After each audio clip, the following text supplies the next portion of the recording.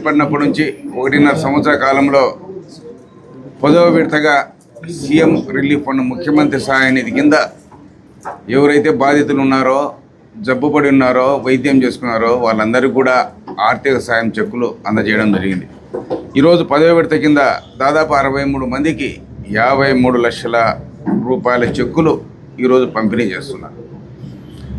ఇది కేవలం ముఖ్యమంత్రి చంద్రబాబు నాయుడు సీఎం అయిన తర్వాత అత్యధికంగా జిల్లాలో కానీ రాష్ట్రంలో కానీ మనమే ముఖ్యమంత్రి సహాయ నిధి కింద ఆర్థిక సాయం అందించడంలో పొద్దుటూరు నియోజకవర్గం ప్రథమ స్థానంలో ఉంది. అందుకు ఎమ్మెల్యే వరదరాజరెడ్డి గారి కృషి అభినందనీయం. అదేవిధంగా గతంలో ఒక వ్యక్తికి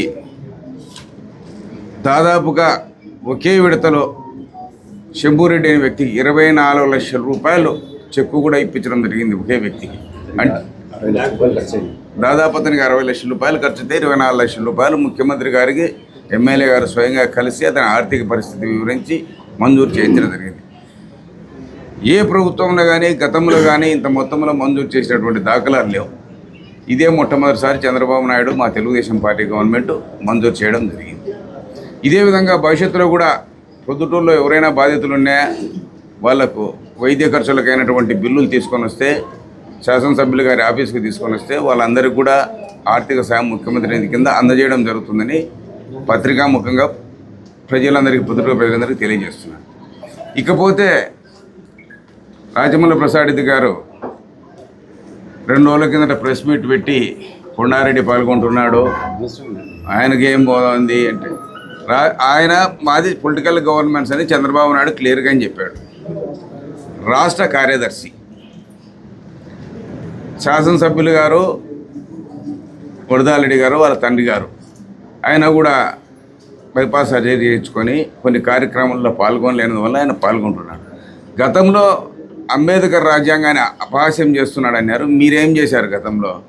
మీ ముద్దల బావమరిది బంగారెడ్డిని 2వ ఎమ్మెల్యేగా ప్రొద్దుటూరు ప్రజలందరూ ట్రీట్ చేయాల్సిన పరిస్థితిని నీవే కల్పించినావు. అంబేద్కర్ రాజ్యాంగాన్ని నేను గౌరవిస్తాడా, మేమంతా అంబేద్కర్ రాజ్యాంగాన్ని పాటిస్తాము, మీరు అంబేద్కర్ రాజ్యాంగాన్ని మీరు పాటించడంలా, రాజ్యాంగ హక్కును కలరాస్తున్నారు. ఒక రాజ్యాంగ హక్కును కలరాస్తూ ఎవరికైనా అన్యాయం చేసినామా, ఏమైనా దోపిడీ చేసినామా, ఎవరి డబ్బన్నా తీసుకున్నారా? కేవలం ప్రజలకు సాయం చేయాలనే ఉద్దేశంతో ప్రజలకు సాయం చేసేదానికి పదవే ఉండాల్సిన అవసరం లేదనేది అంబేద్కరే చెప్పాడు. అంబేద్కర్ చెప్పేది పదవి అవసరం లేదు, సాయం చేయాలనే ఉద్దేశంతో ఆ రాజ్యాంగాన్ని పాటిస్తున్నాము. గతంలో మీరు చేస్తే ఒప్పు, ఇప్పుడు మేము చేస్తే తప్ప. మీకు ఒక నీతి అంటే రాజు తప్పు చేయడని ఒక సామెత ఉంది, బ్రిటిష్ వాళ్ళు పెట్టారు. అట్లాంటి సామెత ఏమన్నా మీకు వర్తించుతుందా? మీ బావమరిది మీ కుటుంబ సభ్యులు విచ్చలవిడిగా మీరు అనేక కార్యక్రమాల్లో ఎటువంటి హోదా లేకుండా గతంలో పాల్గొన్న సంఘటనలు ఉన్నాయి. ఈరోజు కూడా ఇప్పటికి కూడా చేస్తాము. ప్రజలకు మేలు చేయాలని చేసే ఉద్దేశంతో తప్పకుండా అన్ని కార్యక్రమాలు, ప్రభుత్వ కార్యక్రమాల్లో పాల్గొంటాము, ప్రజా కార్యక్రమాల్లో పాల్గొంటాము, ప్రతి కార్యక్రమంలో పాల్గొంటున్నాము. గతంలో నువ్వు చేసింది ఒక్కసారి మరొక్కసారి జ్ఞప్తికి తెచ్చుకోవాలని నీకు విజ్ఞప్తి చేస్తున్నాను.